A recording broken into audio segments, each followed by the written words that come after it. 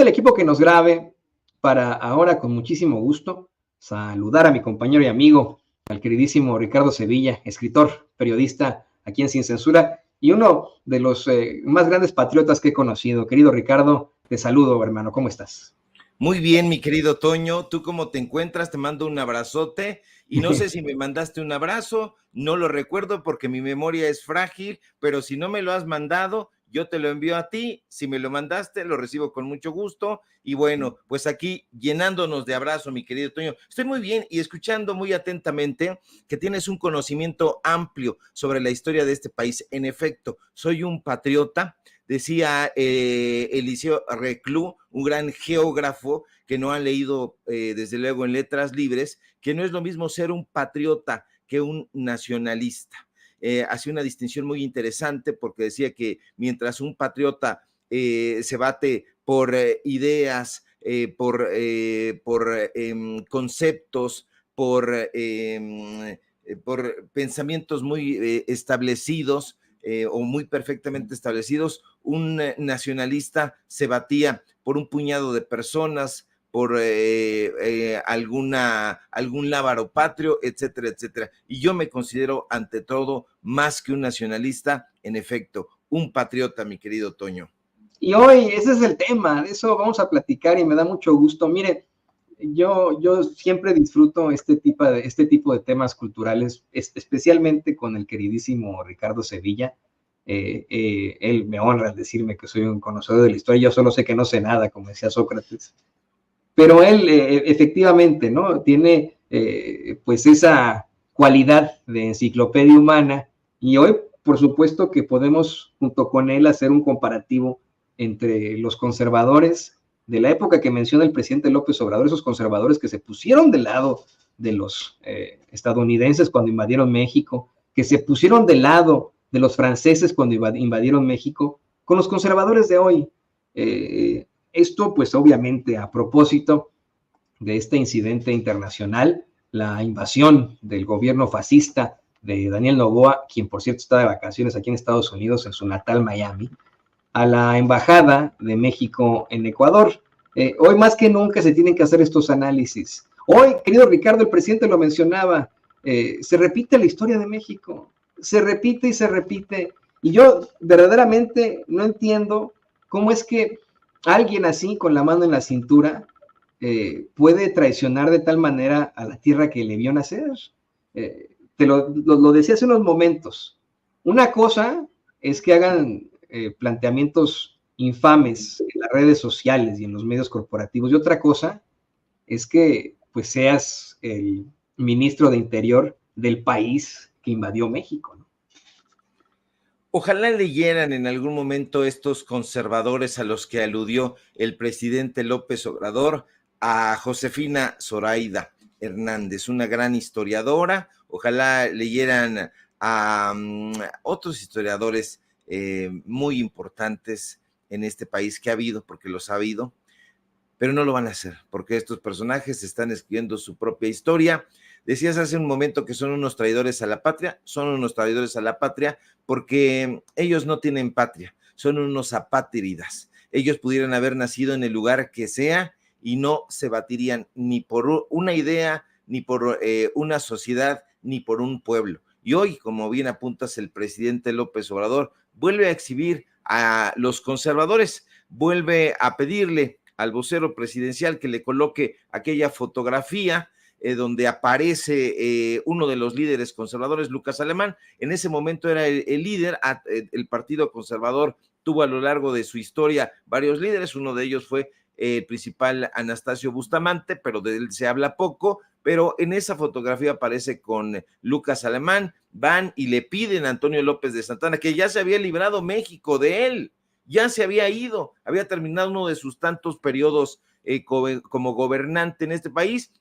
Ellos le mandan una carta, le piden que regrese a gobernar este país. Pero eso, Toño, aunque parece historia vieja, agua pasada, no lo es, porque lamentablemente el pensamiento conservador todavía perdura y se encuentra muy arraigado en ciertos sectores de nuestro país, sobre todo en esos sectores, en los sectores intelectuales, Y bien podríamos hacer como propones un comparativo entre los viejos conservadores, esos viejos conservadores que hoy el presidente ilustra, y los actuales conservadores. Y es que en la historia mexicana hay personajes que han dejado una huella profunda, pero esa huella no es una huella benéfica, al contrario, es una huella perniciosa, bastante polémica. Le pongo algunos ejemplos.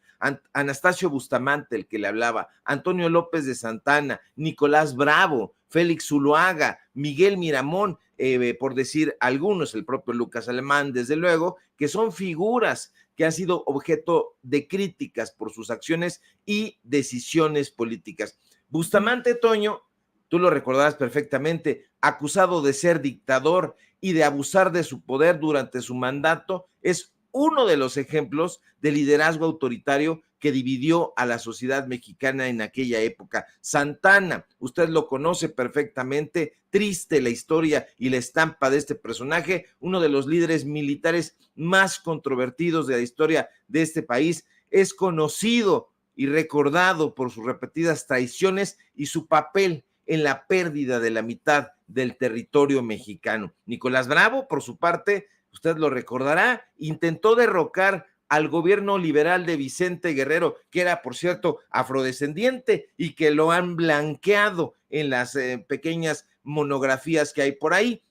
Desempeñó el cargo de presidente interino cuando trata de derrocar al gran Vicente Guerrero, este señor Nicolás Bravo, y bueno, está también otro personaje como Zuluaga, que es acusado de haber derrocado al gobierno liberal de Ignacio Comonfort. También está Miramón, que es señalado como un general clerical que desempeñó un papel en las primeras revueltas contra la reforma que beneficiaba a este país. Pero actualmente, le digo, parece agua pasada, pero no lo es, porque hay historiadores o aspirantes a historiadores o mentirosos que se hacen pasar como historiadores, que también han generado controversias en sus interpretaciones, sobre todo de la historia de México. Le pongo algunos casos que usted conoce perfectamente. Enrique Krause, a quien yo le llamo irónicamente Enrique Crosti, el ingeniero que, como le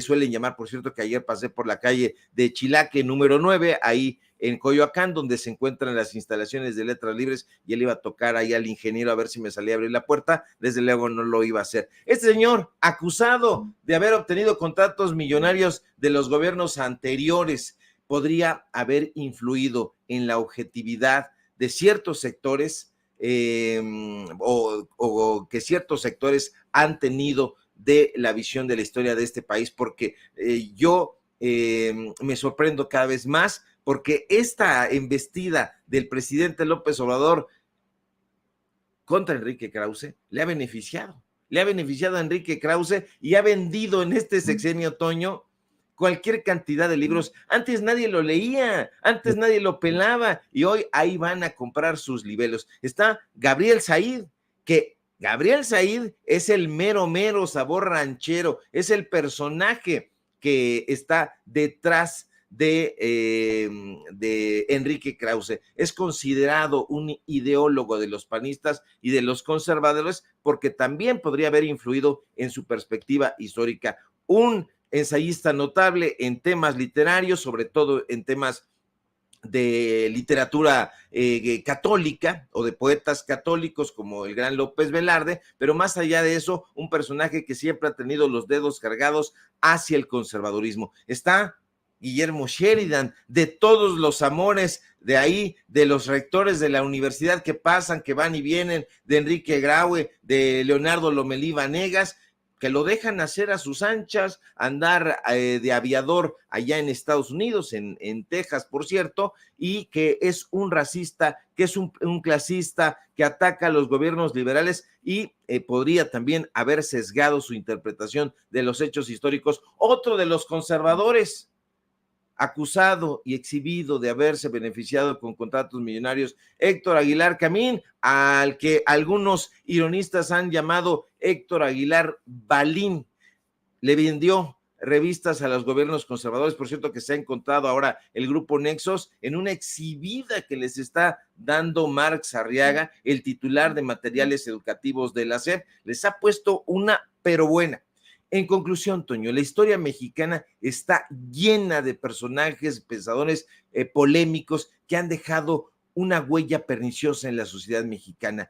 Su legado ahí está, desafortunadamente. Hay que entrarle a la riqueza enorme que tiene la historia de este país. Yo invito a leer a Zoraida, está por acá atrás, no le voy a dar la espalda a usted, pero por aquí atrás tengo los libros de Josefina Zoraida. Hay otros también que aunque suelen estar cercanos, poquito tratar con Enrique Krause, porque no se pueden librar del trato con este personaje pernicioso que está en todos lados, pues también le han entrado de una manera, digamos, más profunda, más equilibrada a la historia mexicana. Está el caso de Javier García Diego, no sé si lo hayas leído, mi querido Toño, pero es reconocido por su objetividad, rigor académico, y desafortunadamente pues ha tenido una cierta amistad con Enrique Krause, pero el conservadurismo muy vigente. ¿Tú cómo los pondrías, mi querido Toño? ¿Quién pensarías que es Zuluaga? ¿Guillermo Sheridan? Porque Anastasio Bustamante definitivamente no lo es, y Lucas Alamán.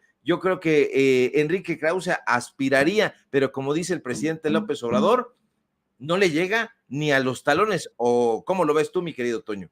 No, en definitiva, Lucas Alamán, pues evidentemente era una mente de su tiempo, si lo quieres ver así, un verdadero intelectual, pues vamos, un verdadero estudioso de aquel entonces, y nada tendría que ver con alguien como pues el empresario editorial Enrique Krause. Para mí eso es lo que es Enrique Krause, querido Ricardo. Mira, he leído muchos textos, no completos, pero muchos textos de Krause, planteamientos históricos que ha hecho, que son sumamente aburridos, como bien mencionas. Y hay circunstancias muy cuestionables. Uno que me viene a la mente es este planteamiento que hace de la muerte de Carranza. Hasta cierto punto sugiere Krause que Carranza se habría suicidado. Pasó, nadie lo sabe, nadie lo sabe. Carranza no es santo de mi devoción, me parece que es otro de esos que mencionas, de esos liberales que fingieron ser liberales y que en todo caso, bueno, pues eran los más conservadores de los conservadores. Carranza era, híjole, pues casi que amigo de los Terrazas, no era amigo, pero casi, ¿no? En la Revolución Mexicana, pues era parte de esas élites muy claras, ¿no?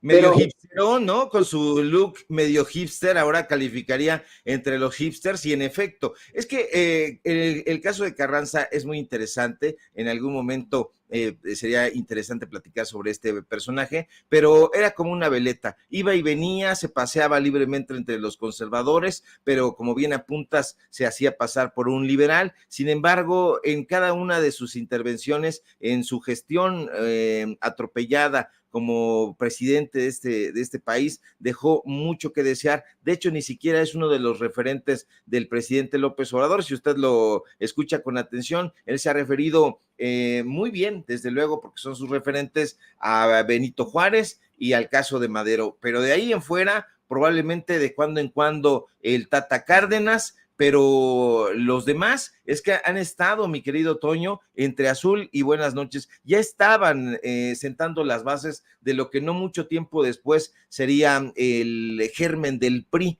Entonces estos priistas ya ves que son como veletas, ahora ya resulta que aman la transformación, algunos de ellos que juraban sobre la biografía de Carranza, como fue el caso de los del grupo Atlacomulco, y ahora resulta que ya ese grupo Atlacomulco ha abandonado, no Atlacomulco, porque sigue siendo de ellos, pero ahora se declaran promorenistas. Qué cosa tan extraña, ¿no, mi querido amigo?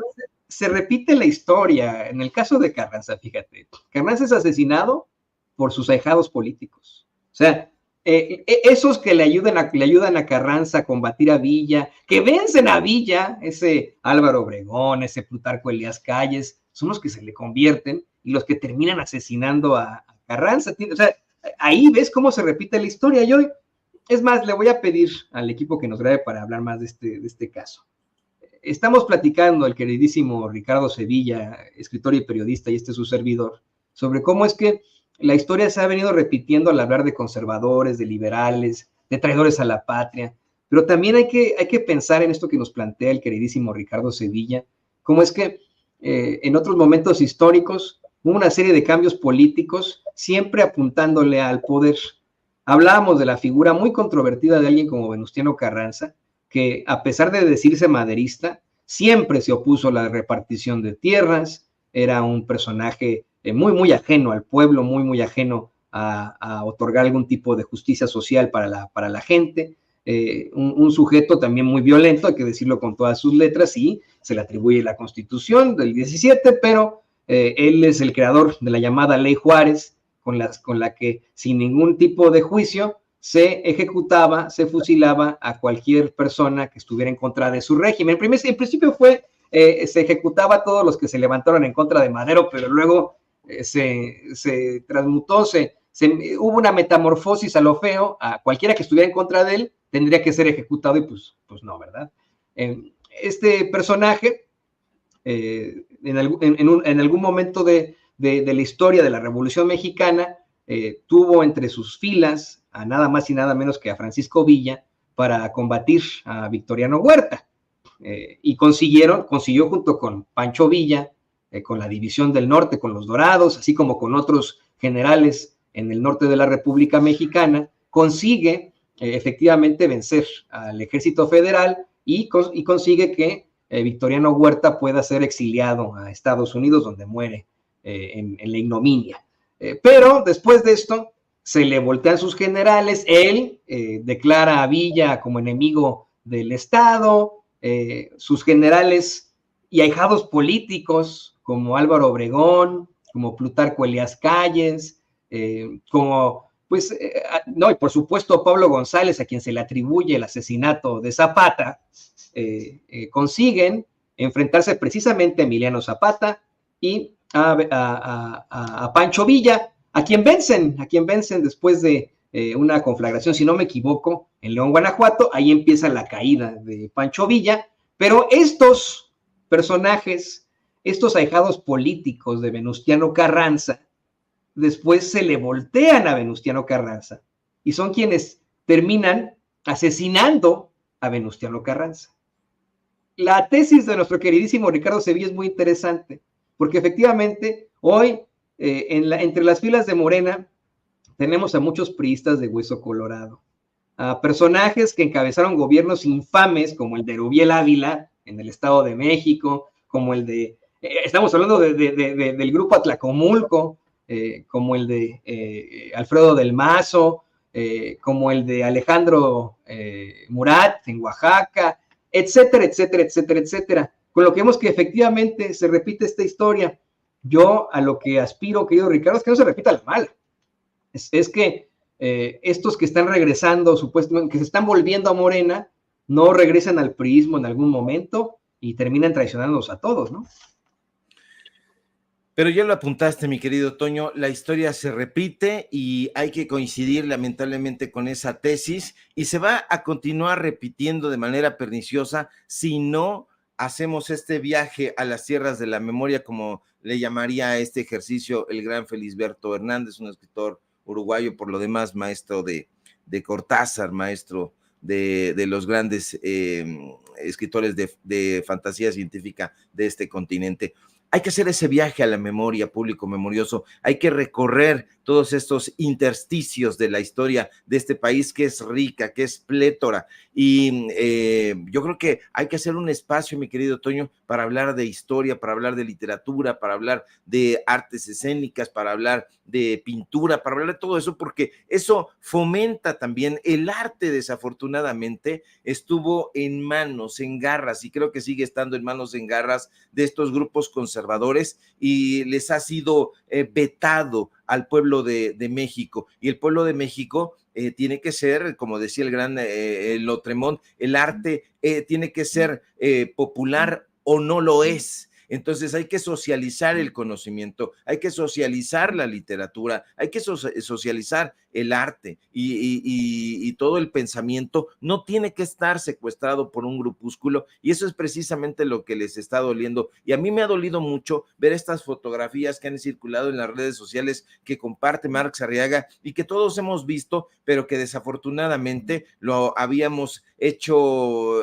frecuente. Estas bibliotecas majestuosas como fue la Biblioteca México, que estuvo prácticamente gobernada durante 2 sexenios por Enrique Lizalde. Que nos haya gustado la poesía dije Enrique Lizalde, no, su hermano, Eduardo Lizalde. Eduardo Lizalde era el tigre, el que dirigía la Biblioteca de México prácticamente durante 2 sexenios, y nadie le decía absolutamente nada. Al contrario, lo refrendaban ahí en el poder. Pues evidentemente era uno de los títeres del grupo Letras Libres, del grupo Vuelta en su momento, y en contraste, estas bibliotecas en los municipios, olvidadas de la mano de Dios, donde este librero que tengo acá atrás, hasta vergüenza me da decirlo, estaba mucho más nutrido, más copioso que en las bibliotecas que todavía siguen estando allá olvidadas. Recorra usted, y creo que lo ha recorrido,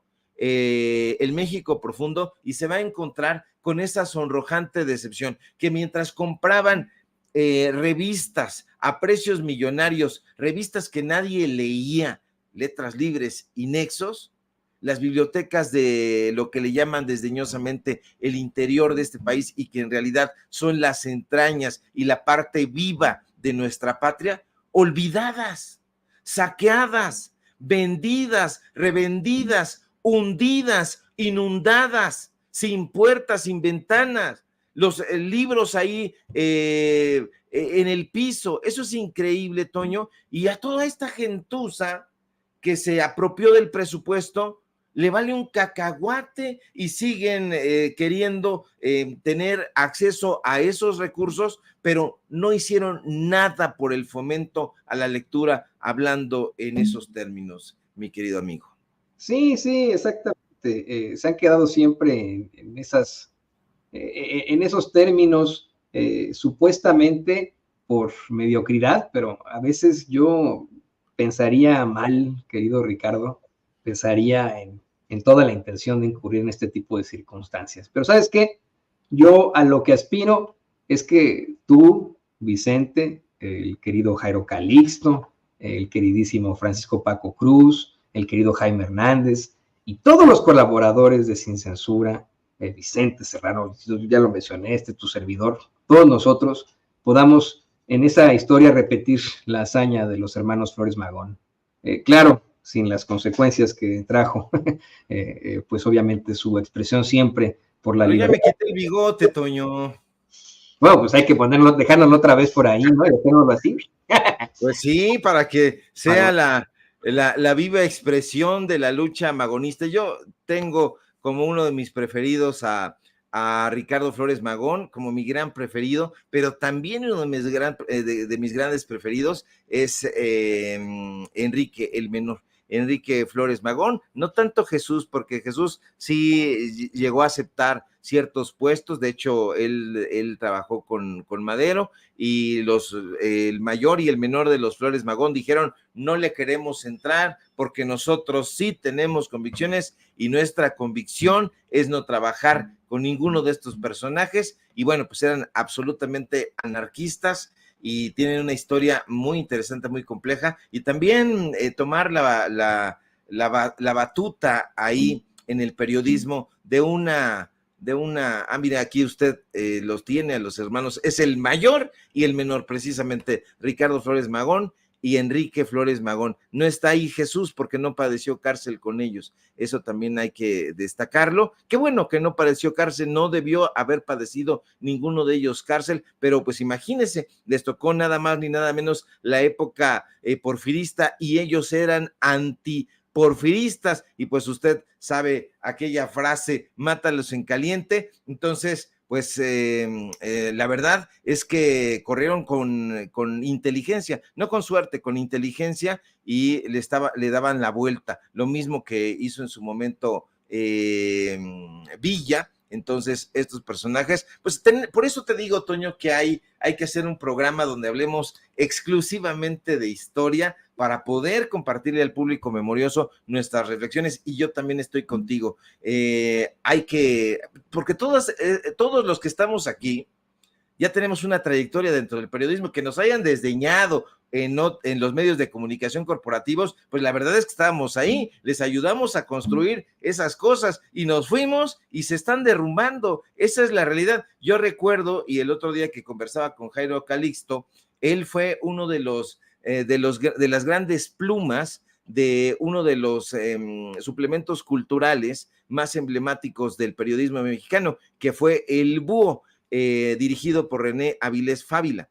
Y Jairo Calixto, pues era una de las plumas en aquel momento más pujantes. Ojalá retomara también en algún momento la literatura, porque hace falta los suplementos culturales. No los hay, y si los hay, la verdad es que nada más son ejercicios onanistas. Si no, ve ahí El Laberinto, y vea que el Laberinto que está en el Universal, el otro que, ¿cómo se llama? No me acuerdo, el que está en Milenio, pero que dirige José Luis Martínez. En fin, puros ejercicios onanistas, mi querido Toño, pero ya nos estamos desviando. Me vengo de regreso a ver qué podemos platicar, a ver si platicamos de Proceso. ¿Nos da tiempo? Pues si quieres, sí, vamos a pedir, antes de que le pida al equipo que nos grabe, sí, por supuesto, quiero decirle a usted que Ricardo Flores Magón encontró su duro final a 1 hora de mi casa, aquí en Kansas City, Missouri. Supuestamente murió de una rara enfermedad cardíaca y repentina en la penitenciaría de Leavenworth, en Kansas, a 1 hora aproximadamente donde yo me encuentro en estos momentos. Pues ahí dieron a conocer los celadores que pues supuestamente había padecido de pronto de una enfermedad cardíaca, pero muchos de sus amigos, médicos incluso, siempre hablaron de la muy buena salud de Ricardo Flores Magón. Historiador que usted conozca le dirá a usted una y otra vez que persona que muere o se suicida en la cárcel, persona que fue asesinado por las autoridades. Pero bueno, ya iré muy pronto a la penitenciaría de Leavenworth a ofrecer mis respetos a la memoria de Ricardo Flores Magón. Para cerrar, le pido al equipo que nos grabe. Hablemos sí, querido Ricardo, de esta circunstancia que rodea a la, ya digo cada vez más, a la empanizada revista Proceso. Lamentablemente, mi querido Toño, porque una vez más la sombra de la corrupción se cierne sobre la revista Proceso, y eso plantea, hay que decirlo lo más objetivamente posible, un enorme desafío a la integridad periodística. Y es que todo mundo debería saber que aquí, en este gremio, en el gremio periodístico, la integridad editorial y la independencia son los pilares fundamentales que sostienen la credibilidad de nuestro trabajo. Sin embargo, en el caso de la revista Proceso, desde hace tiempo, ya bastante tiempo, una sombra de duda cae sobre su reputación. Cuestiona su compromiso con la imparcialidad, cuestiona la ética periodística que se supone deberían de defender en todo momento. Y fíjate, Toño, desde sus inicios bajo la dirección de Julio Scherer García, Proceso fue un referente del periodismo crítico y valiente. Sin embargo, recientemente se han levantado voces críticas, entre ellas las de nosotros, que más allá de los señalamientos que hace el propio presidente López Obrador, que hoy dice, bueno, pues es que ya Proceso está completamente del lado de los conservadores. Bueno, más allá de eso, lo cierto es que sí hay una inclinación hacia los gobiernos de la derecha y, pues con ello, de la mano, la corrupción. Hoy, en un hilo de Twitter, revelamos varios contratos lucrativos de esa revista con el gobierno panista de Aguascalientes, y eso vuelve a poner en entredicho la integridad editorial de esa publicación. Ahora mismo, si nos asomamos a las redes sociales, nos vamos a dar cuenta que la falta de transparencia en la asignación de estos acuerdos es lo que hace que exista una sospecha de posibles influencias en la línea editorial, y eso ha generado un debate que en la revista Proceso no quieren atender. Pero ya basta, Toño, de tratar de verle la cara al pueblo de México, ya basta de querer mentirle a la población. Esta revista, que ya comienza o ya es calificada desde hace tiempo como chayotera, debería saber que la corrupción en los medios de comunicación mina la confianza pública, debilita la democracia, y los medios de comunicación, incluyendo desde luego a Proceso, deben mantener altos estándares éticos y periodísticos. ¿Para qué? Para que preserven su papel como guardianes de la verdad, de la transparencia, de la verdad con justicia, dirías tú. Pero te digo más, la figura de María Scherer Ibarra, hija de Julio Scherer García, y actualmente pues la mano que mece la cuna ahí en Proceso, ha sido objeto de críticas por sus conexiones familiares con figuras políticas de la derecha, en concreto con el PAN. Que no se nos olvide que María Scherer es esposa de Juan Ignacio Zavala, y Juan Ignacio Zavala, usted lo sabe, es el cuñado de Felipe Calderón, es el hermano de Margarita Zavala, y estas relaciones peligrosas han alimentado la percepción. Déjeme aquí, porque está escribiendo Ricardo Chavarría, entonces hay que mandarle un saludo, pero ya le habíamos dicho que estábamos en programa. En fin, saludos ahí. Me interrumpen y yo no tengo prompter. ¿Qué voy a hacer si no tengo el prompter aquí en el piso? Bueno, estas relaciones peligrosas, mi querido Toño, y perdón que lo lleve del lado lúdico, pero yo no me ando con cosas. Es que estamos en un momento crucial para la prensa mexicana y es imperativo que Proceso recupere su papel como defensor de la integridad periodística y la lucha contra la corrupción. Es necesario, pero ¿sabe qué? Desafortunadamente no lo va a hacer. Proceso ha tenido la oportunidad de reafirmar en varios momentos su compromiso con la verdad, con la ética periodística.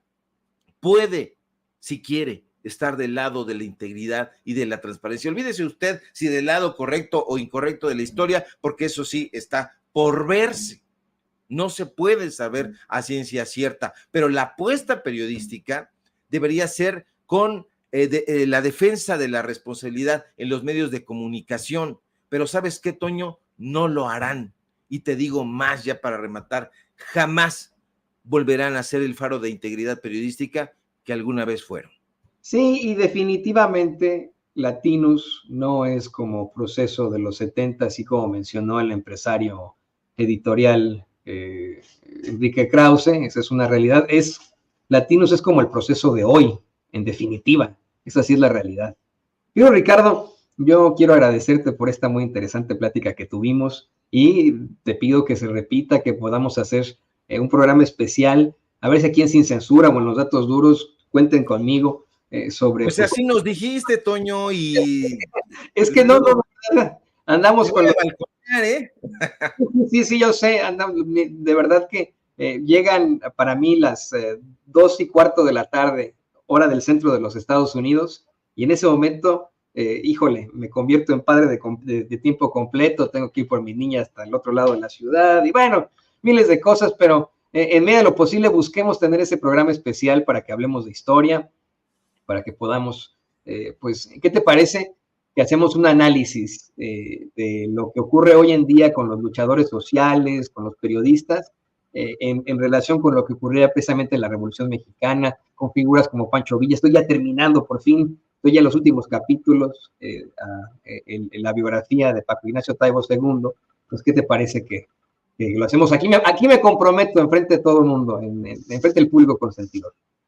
Va que va, como dirían los jóvenes del día de hoy, me late cacahuate, mi querido Toño, así que ya sea aquí en Sin Censura, en este libro, en este medio de comunicación libre como el viento, allá o allá en Los Datos Duros en la noche, pues nos ponemos a platicar, o en ambas plataformas, desde luego, para que tengamos una audiencia mucho más amplia. Estoy atento a la información, mi querido Toño, en un rato más vamos a seguir subiendo hilos, información, pequeños análisis, porque ya estamos a todo vapor, porque tiene uno que ponerse las pilas y publicar y opinar e informar, porque los medios de comunicación están echándonos a toda su fauna nociva y guerra sucia, pero sucia, diría el Güero Castañeda. Ya te estoy rompiendo aquí la mesa de la emoción. Síganme, por favor, en mis redes sociales, @Sevilla Crítico en X, antes Twitter, en Facebook Ricardo Sevilla, así nada más. Síganos en paralelo24.mx, en los datos duros. Hoy tenemos informativo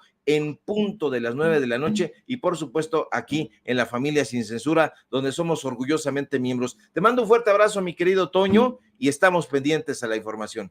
Un abrazo, querido Ricardo Sevilla, ahí lo tiene usted, nuestro compañero escritor, periodista Ricardo Sevilla, aquí en Sin Censura.